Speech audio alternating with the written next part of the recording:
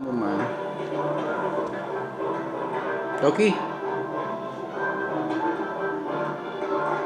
¿No?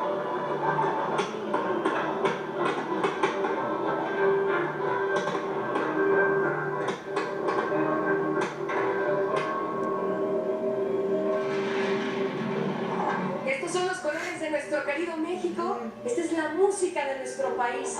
Estas son nuestras raíces hispanas. Y hoy celebramos 207 años de nuestra libertad, de nuestra independencia. Conmemoramos a todos los héroes que nos dejaron un gran legado en este país. Así es, Michelle. La verdad es que es una de esas celebraciones que no pueden evitar emocionarse. Desde el principio de la ceremonia la gente estaba ya con los celulares encendidos. Y si ustedes pudieran ver, se ve un verdadero mar de luces que vienen de sus celulares grabando estos juegos artificiales que están iluminando la catedral con la música de México al ritmo de los tambores y de las trompetas.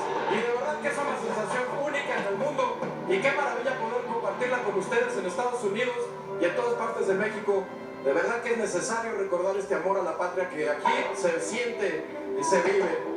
Entre la gente, las sonrisas, todo el mundo está muy contento.